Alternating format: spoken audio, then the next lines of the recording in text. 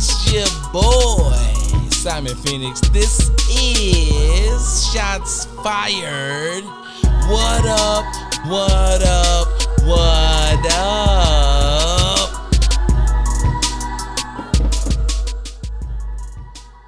What's good? What it is? Your boy, Simon Phoenix. This is Shots Fired Podcast Sunday Night Rant. If you are new to the show, then let me explain how we do things over here. You send your emails to shotsfiredpodsimon@gmail.com of things you would like to hear me talk shit, rant about, or just generally discuss with you, the listener. You can always catch me on Facebook, Instagram, Twitter. I'm everywhere. Now, since we got that out of the way, the sound effects you're in the background, it's the 4th of July weekend, so it's popping. You know, they let them off all night long for the next 3 days, easy. So if you hear some of that in the background, that's what it is. Okay, so let's get off into the first one. Now, this person made sure I talked about this week by the way they worded their email. It says, yo, Simon Phoenix, I know you weren't trying to be too heavy in the last few shows, but I would love to hear your take on what's going on with guns currently in America. So, you know me, I am a huge advocate of the Second Amendment. 2A all day. I'm a United States Marine, so y'all already know how I feel about bang bang. Now, that being said, so anybody who's new to the show might be like, well, it might sound biased. I am. I look at it like this. You cannot make laws for criminals. And what I mean is this, that criminals are going to do criminal shit. They're not going to follow the laws. And when you make more laws to stop law-abiding citizens from doing their law-abiding citizen activities, and you make it hard for them to defend themselves, I got a problem. Second Amendment says shall not be infringed. It doesn't say we gonna make up shit as we go along. And a lot of times people get off into this argument and they're just like, well, it's so simple and we just want, just reasonable gun control. And then when someone tells them, well, bro, you have hundreds upon hundreds of gun laws. Like, what are you talking about? We have enough laws. That's not the problem. We have a problem with crazy people and low tier crime in urban America. That's what you got going on. You have people in the hood who are poor committing low-level crimes against each other that ends in murder.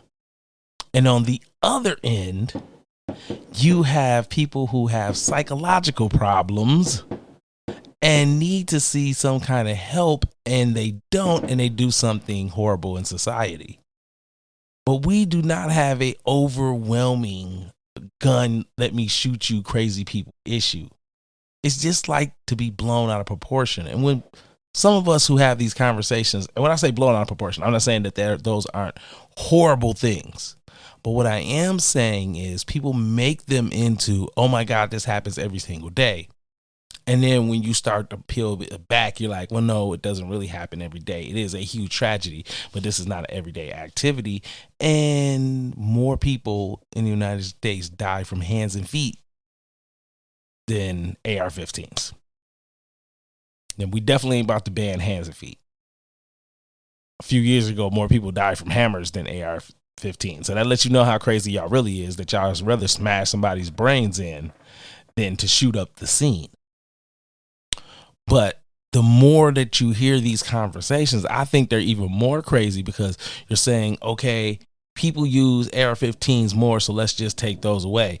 Then smart people are like, well, in reality, they don't use those more. They use handguns more.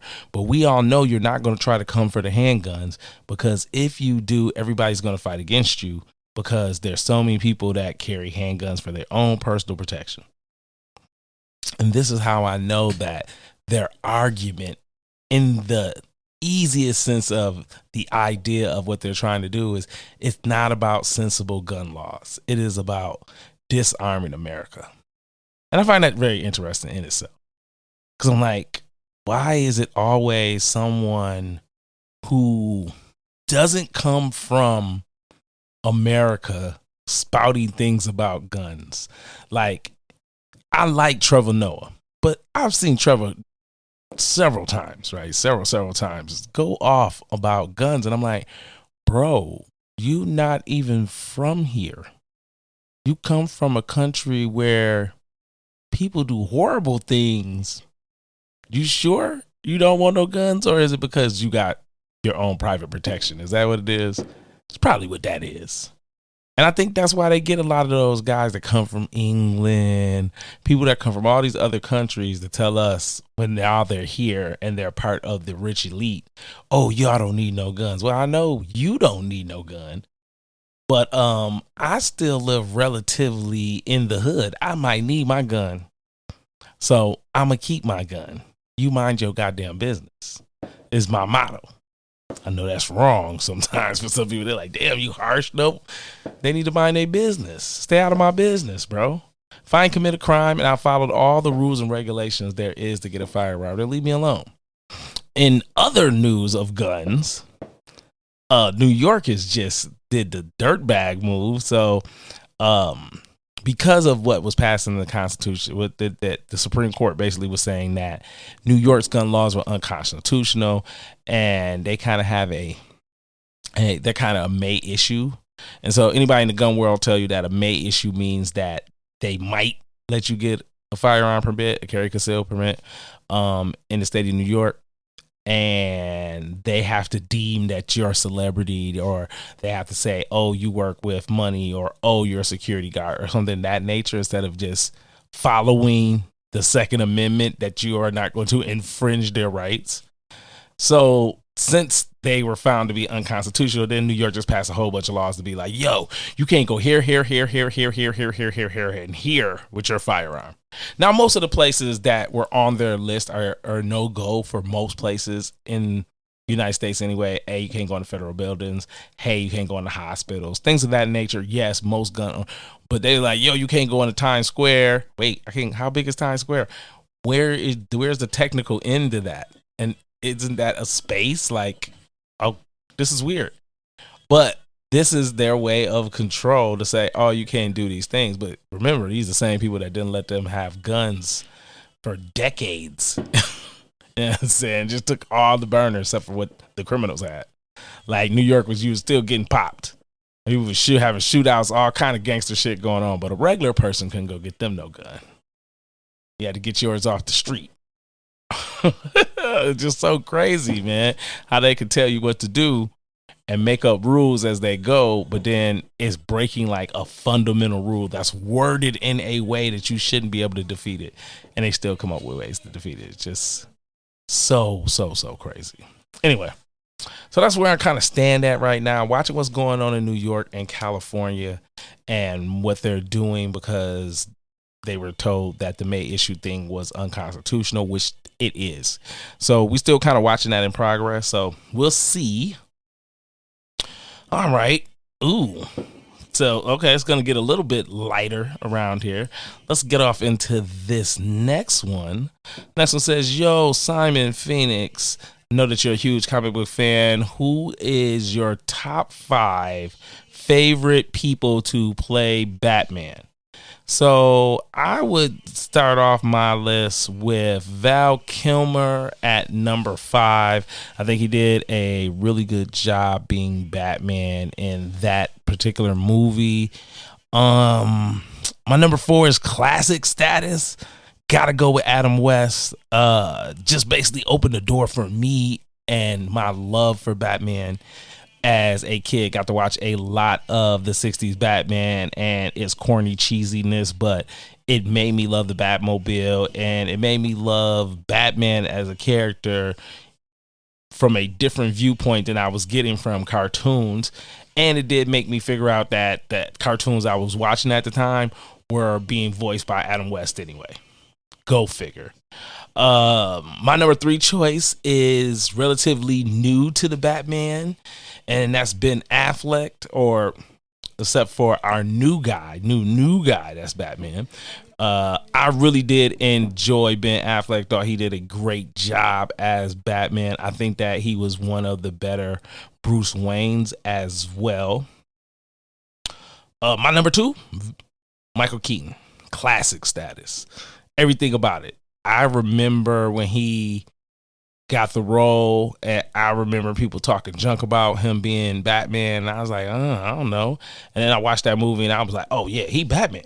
Like, that's the shit. One of my favorite movies. And then my all-time favorite Batman, or a person to play him, is Kevin Conroy. And anybody who's familiar with Batman animated series, Justice League, the animated series, or Justice League Unlimited, or the Superman cartoons, let's see, Arkham City video games, so many of the animated movies, just did a lot of voice work for DC as Batman. And he was the person that came up with the idea that Batman and Bruce Wayne should have 2 different distinct voices. And the man can sing. Like, if you've ever watched those series, he's sing in those series, at least, or sung. Is it sung, sing, whatever. He has used his great vocal skills to sing several times on that show, and I was like totally impressed. And in my mind, if I read a Batman line or something, I hear Kevin Conroy. So he's my number 1. He is my personal favorite Batman. All right, let's slide out for a hot second. Gotta get some commercials in real quick.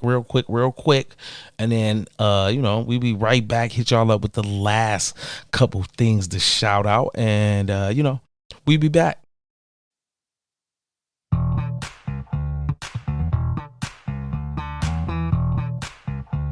Hey!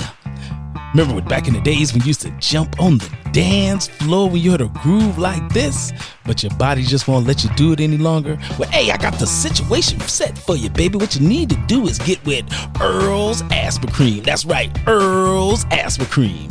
Earl's Aspercream is made from the finest ingredients in America. That's right, here in America, baby.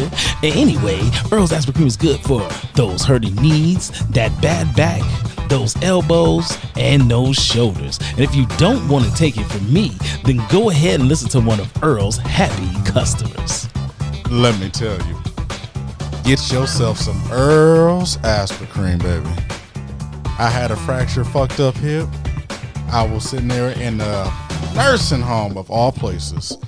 I sat there, I was up and down that nursing home after I sat there and took some Earl's Aspercream. And I ain't no nurse, baby. Earl's Aspercream gave me that marathon strength. That's right, Earl's Aspercream. Side effects may include bigger balls, increased sex drive, harder erection, larger semen release, growth of facial hair, slide while you're walking, and a strong pullout game. That's right, baby. Earl's Aspercream, here to help you get your groove back. Yeah, you know what it is. Shots Fired Podcast popping.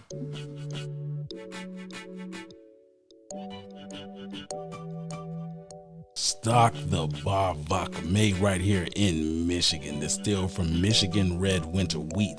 The red winter wheat provides this drink with one of the smoothest flavors known to man. Stock the Bar Vodka, premium quality. Our motto is smooth taste with a purpose. And now, the official sponsor of Shots Fired Podcast. Stock the Bar Vodka. Pour up a glass. Drink with a purpose. Yeah, you know what it is. Shots Fired Podcast popping. Brought to you by Mind Bender Incorporated in association with Ashy Radio. Welcome back to Shots Fired with Simon Phoenix. Okay. Let's get into this last one of the evening. Maybe I might sneak another one in. You know how I do. It says, yo, Simon Phoenix, have you been paying attention to what was going on with the guy that was on Kendra G, who had to shut down his social media because he has standards. Y'all are hilarious. I mean, y'all are hilarious. Like, wait, a dude has standards? I guess that is totally shocking. So recently a gentleman was on Kendra G, and she has a singles type show that she does on Instagram or whatnot. And normally there's girls on there and they're telling what they want in a man. You know, they want somebody sexy, somebody got the money, they get 6 figures, 6 feet tall, you know, the all the sixes, right? So we're kind of used to women saying what they like, what they would want, and you know, everybody gets to have their preference. But this man comes on Kendra G's show and he wants to discuss what happened the last time that he was on her show. So apparently the last time he was on her show, he said that what he was looking for was someone that was fit, friendly, feminine, and he wanted her not to be a woman with long nails, tattoos, or weave. And a lot of women took that as a direct assault on black women. So there were so many women that were like, oh, you looking for a white woman. So he wanted to clarify and be like, it didn't matter what the woman was because tattoos and long, crazy looking nails can be worn by women of any race. What are you talking about? And black women are very fast to tell you that other races of women wear wigs and weave, which is true. So I don't know where they got that he was looking for a white woman. I mean, I do, but we gonna unpack that in a second. So as you can tell, I have seen this. I've watched a couple people's breakdown or thoughts on this. I was hoping y'all was gonna let me slide where I didn't have to discuss it, but I know how y'all are. So that being said, let's finish getting into it. As I hear him talk about it, he says something that I said to my middle child and other young women several times, which is this. When you are a young lady and you go get that tattoo, you are closing the door on some potential suitors. And what I mean is, if you would like to have a man in the upper echelon, someone who is legitimately making 6 figures, business guy type, he does not want to take you to the picnic with a bunch of tattoos. I know that y'all feel like this is okay in today's time, but in that part of society, it still is not. Those guys frown upon dudes who date girls like that. So that's why they don't want to date you. This is the real deal.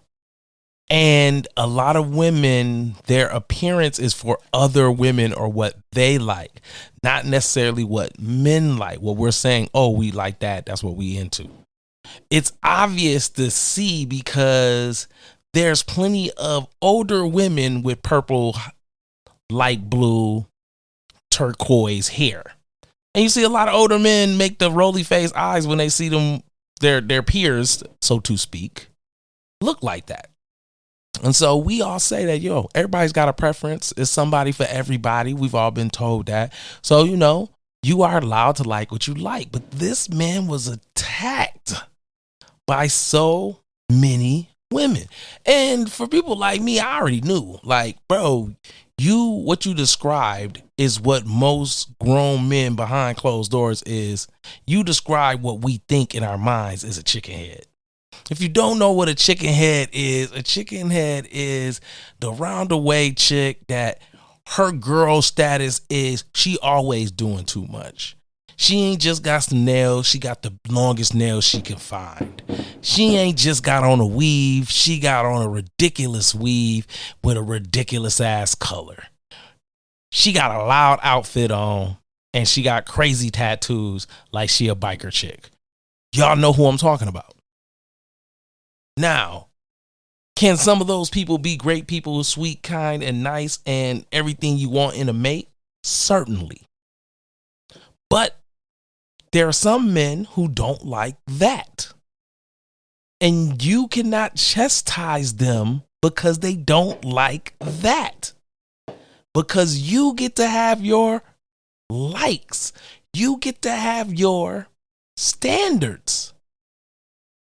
When you pick standards and you say, I want a man that's 6 foot tall, there's only like 5% of men in America that make that height. So you've told the rest of us we don't qualify based on something we can't control. And this man is saying you don't qualify based on something you had control over. You had control over getting those nails. You had control over putting that weave. You had control over getting those tattoos. He don't want to date you. That don't mean you get to be mean to him, though. The same way that when you tell dude, hey, I'm not messing with you because you got 4 baby mamas, we can't do this, he get that same right. But y'all attacked him, and what he was asking for wasn't crazy. And for me, like I said, I knew it was going to be bad. I enjoy watching Kendra trying to fish for him to throw black women under the bus, because that was going to be the I gotcha moment, but he wasn't going to give it to him. He was more like, yo, it don't matter what the woman look like. I'm open to any women that want to date me. I'm trying to shoot my shot with the best candidate. And what it really was a lot of women found out what it feels like when women tell us we need to be 6 foot tall to date them. You found out what it feels like when you don't qualify instantly. Before you got to talking, before they seen you, before they see what you really do in your life, you were disqualified instantly. So ladies, yeah, that's what the fuck it feels like. Want to know what it feels like for someone to tell you they ain't fucking with you quick, fast, and in a hurry? That's what it feels like. You don't qualify. You got a hair hat on. Dun, dun, dun. Sorry. Move along. And I always find those to probably be the most interesting of the videos when people show them. Whether it's like they'll have those videos where you see girls and boys go down a line of individuals, and they'll say if they would smash or pass, or, you know, if they're hot or not, or whatever the case may be. And I've watched numerous of those videos where girls will literally laugh in men's faces when they feel like we don't qualify for what they want. And they're so freely with the dismissal of us. But as soon as we do the same thing, they are deeply in their feelings. And I find it to be ironic, because women are always telling men what they want in us and what we should be doing. And I find it interesting that when men say, hey, well, I just want this right here, and they just be like, I hate your guts, you're a misogynistic pig. And he's like, wait, I just want her to have natural hair and simple nails and not a bunch of crazy tattoos like a biker. What? I mean, I'm willing to make some concessions, but I'm just saying. So I'm looking for. No, you ain't got the right to have no standards. All right. I'm gonna leave it right there. I have been your host, Simon Phoenix. This has been the Sunday Night Rant. If you would like to have your question, comment, or concern said on the show, read by me, of course, please send your email to shotsfiredpodsimon@gmail.com. And as always, holla at your boy. I'm gone.